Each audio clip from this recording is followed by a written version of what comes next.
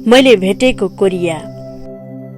2065 सालको वैशाख 6 गते 5औं पटक कोरिया टेक्दा मेरो मन पुलकित हुने गरी कोरियाको रमाइलो वातावरण र दृश्यहरूमा तानियो। इन्चन एयरपोर्टबाट बाहिर निस्कन बित्तिकै रङ्गी चङ्गी राता पहेँला रुख र बाटाको छेउैभरि छरिएर रहेका फूलहरू औधी नै आकर्षक र मनमोहक थिए। वसन्तमा कसरी पलाउन पाउलिन र पल्लवित भएर पाहुनाहरूलाई सम्मोहन गर्न सकेका कोरियाली बोट वृक्षहरूले औधी नै रमाइलो लाग्यो मलाई यस सालको कोरियाली वसन्त। 2 महिना अघि मात्र त हो मैले यो ठाउँ छोडेको।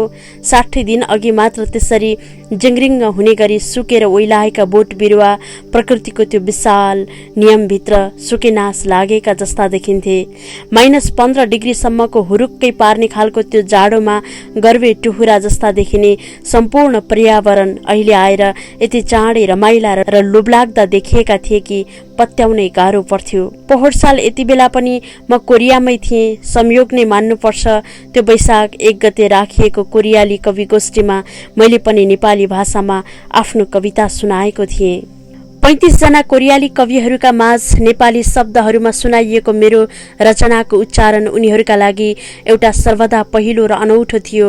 आधुनिक युगका युवा कवि ताए जुन मुनदेखि साङ्केतिक अमूर्त कविता लेख्ने एङ चान किम र नेपाली कविता झैँ लाग्ने यु जोङ ई का कविता अनि आधुनिक कोरियन कविताका व्याख्याकार प्रोफेसर कविहरू क्यु हो सिन र योङ हिन सेनहरूले समेत त्यहाँ कविता पाठ गरेका थिए।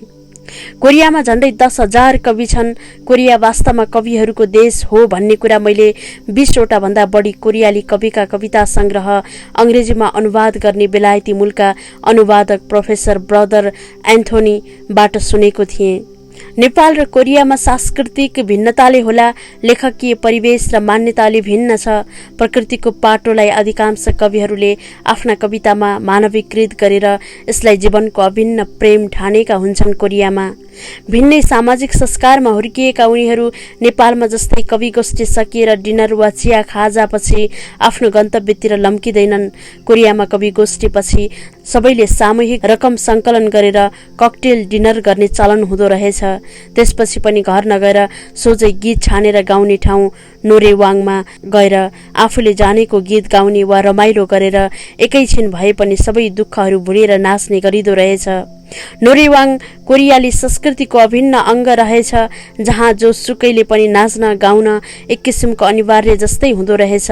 त्यसैले होला कोरियाका प्रत्येक शहरमा नोरेवाङ केन्द्रहरू प्रशस्तै भेटिँदा रहेछन्, जहाँ जसले पनि गएर आफूलाई मन परेको गीत ट्र्याक समाएर गाउन र नाच्न सक्दा रहेछन्।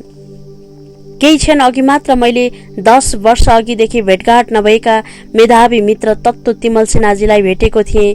काठमाडौँबाट एउटै विमानबाट आए पनि हङकङ विमानस्थलको ट्रान्जिट क्षेत्रमा हाम्रो भेट भएको थियो। बिहान 5 बजेतिर हङकङ विमानस्थल उत्रिएका हामी दुवैजनाको गन्तव्य स्थल भने नितान्त फरक थियो।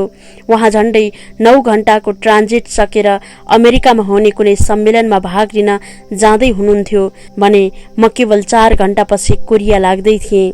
समयको सदुपयोग गर्दै हामी धेरै बेर गफिएका थियौं। यसै बीचमा हामीले धेरै विचारहरू साट्यौं।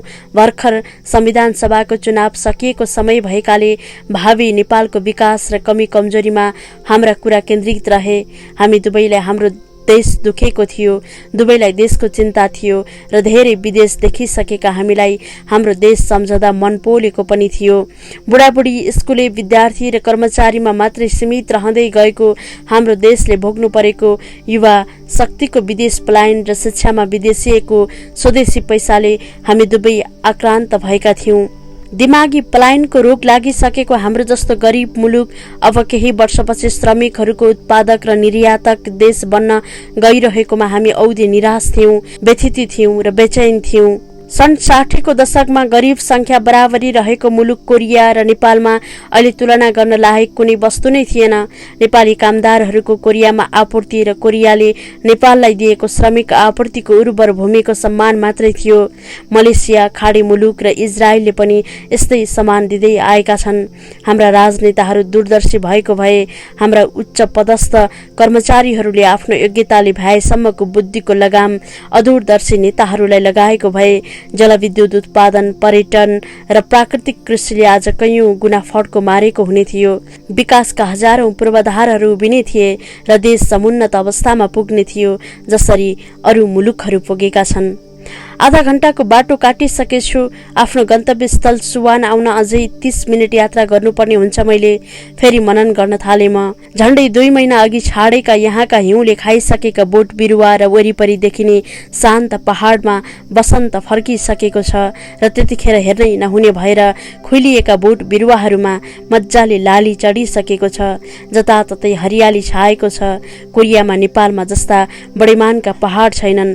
ससाना र चिटिक्क परेका थुम्का थुम्की धेरै छन्। त्यसैले पनि चाँडै विकास पलाउन नेपालमा भन्दा कोरियामा सजिलो छ। संसारका अरू विकसित मुलुक चाहिँ कोरियामा पनि बाहिर सडकमा साधन विहीन भएर हिँड्ने पर्या भेटिँदैनन्। विकसित र अविकसित देश छुट्याउने कडी बाटोको पर्यावरण पनि हो जहाँको परिदृश्यले देशको अवस्था बुझाउने गर्दछ।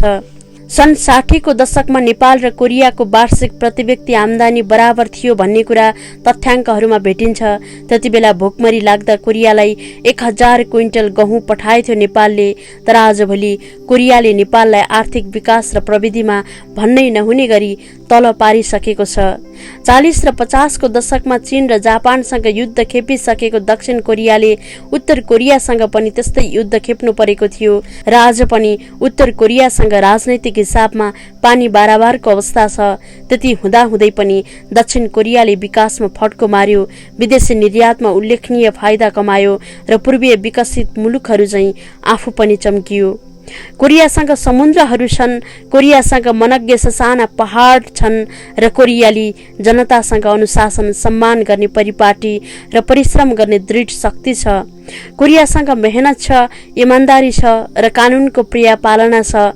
कोरियामा रहेको उच्च राष्ट्र प्रेम, आफ्नो कामलाई ईश्वर ठान्ने यहाँको संस्कृति, अलि ठूलो सानोको भेदभाव रहित समाज संरचना स्तुत्य छ।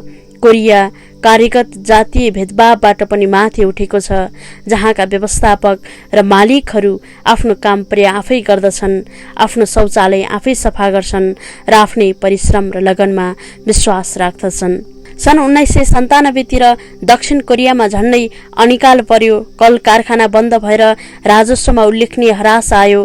लगभग सरकार नै नचल्ने गरी आर्थिक मन्दी छायो। ठूलो परिणाममा विदेशी ऋण काट्नु पर्यो आफ्नो अस्तित्व बचाउन कोरियाले। त्यसैबेला कोरियाली गृहिणीहरूले कोरिया बचाओ आन्दोलन सुरु गरे। राष्ट्रभक्तिको उच्चतम उदाहरण संसारभर छर्न आफ्ना भएभरका गहना सरकारलाई सुम्पे। यहाँसम्म कि ओलम्पिक खेलमा पाएका स्वर्ण पदक समेत देशलाई दिए र देशलाई हुनसम्मको गुण लगाए। त्यसैले पनि होला अचेल कोरियामा देशले नै महिलालाई उच्च सम्मान दिएको छ र सम्पूर्ण आर्थिक कारोबार गृहिणीहरूको तजबिजमा हुने गर्दछ। कोरिया खनिज साधन र अन्य निजी उत्पादनको आन्तरिक स्रोतमा कमजोर भए पनि प्रविधि र स्वचालित ठूलो मेसिनबाट उत्पादन हुने प्रत्येक वस्तुहरूको निकासीका लागि आकर्षक ठाउँ हो।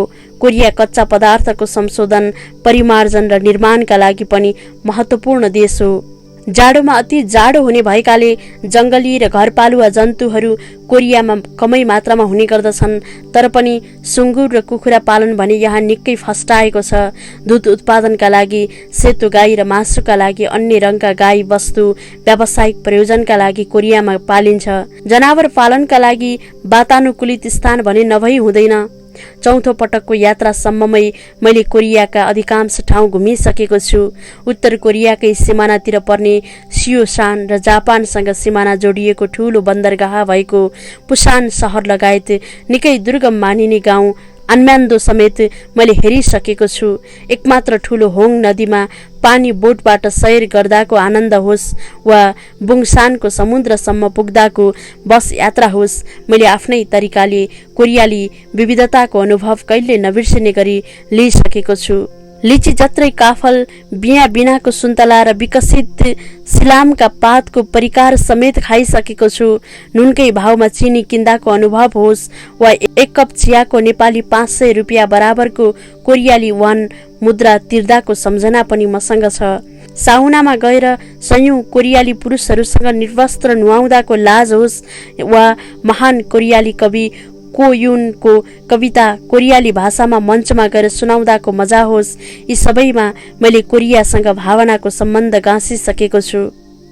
अंग्रेजी भाषाका प्रोफेसर ब्रदर एन्थनीले कोरियाली प्रसिद्ध कविको विधवाको पसलमा लगेर खुवाएको युजाछा नामक चियाको स्वाद र फेन्थेक जात्रामा क्यानाडेली शिक्षिका लाना लिङली, कोरियाली कवयित्री युजोङ ई, कोरियाली शिक्षिका जुडी र कोरियाकै सहृदय मित्र युयुन ह्युङहरूसँग संयुक्त रूपमा खियाएर चलाएको डुङ्गाको पानी विहार किन नहोस्, कुनै न कुनै रूपमा ती सबै मभित्र जीवन्त छन्। यति भएर पनि मलाई कोरियाली भूमिका इथेवान, बोसान र सोङतान क्षेत्रहरूमा छरिएर रहेका अमेरिकाली हवाई अखडाहरू र सैनिक छाउनीहरूमा किन मन परेका छैनन्। अंग्रेजी भाषी गोरो छालाबाट लुत्रुक्कै प्रभावित हुने कोरियाली दृष्टिकोण र व्यक्ति विशेष भन्दा देशलाई हेरेर विदेशी मान्छेलाई मूल्याङ्कन गर्ने संकुचित मानसिकता पनि ठ्याम्मै मन परेको छैन। वृद्ध वृद्धालाई गरिने आन्तरिक सम्मान, कलिलो अवस्थामा नै हुर्केको वासनात्मक प्रेम र पाश्चात्य संस्कृतिको हुबहु नकारात्मक सिकोलाई राम्ररी सच्याउन सके अनि युवा युवतीहरूमा उच्च शिक्षाप्रति खस्किँदै गएको कोरियाली विद्यार्थीको तृष्णालाई फराकिलो पार्ने खालका संयन्त्र हुन सक्ने हो भने कोरिया अझ माथि उठ्ने थियो भन्ने लागेको छ मलाई। म सोचिरहेको छु, विकासले धेरै फड्को मारिसकेको यस मुलुकमा कहिले गएर विकास रोकिने हो थाहा छैन, तर सत्य यही हो, कुनै दिन संसारको पनि विकास रोकिन्छ, प्रविधिको पनि अन्त्य हुन्छ र मान्छे पनि मर्नेछ। जसरी रावणको लङ्का लोप भयो, सिन्धु घाटीको सभ्यता सिद्धियो र लुम्बिनीको धरोहर थाहै नपाई धराशयी भयो। सुवान बस बिसौनी आइसकेको छ, म बसबाट उत्रिन्छु र लाग्छु आफ्नो अस्थायी वासस्थानतिर। सुवान, कोरिया, अप्रिल 18, 2008। साभार, रूपरेखा साप्ताहिक 23 सेप्टेम्बर 2008। समकालीन साहित्य, नोभेम्बर 2008। बेल्जियम, खसखस.com 20 फेब्रुअरी 2009। अमेरिका। यसलाई मैले अनुभूतिका छालहरू नियात्रा सङ्ग्रहभित्रबाट वाचन गरेको हुँ। यसका लेखक नियात्राकार कृष्ण प्रसाई हुनुहुन्छ। धन्यवाद।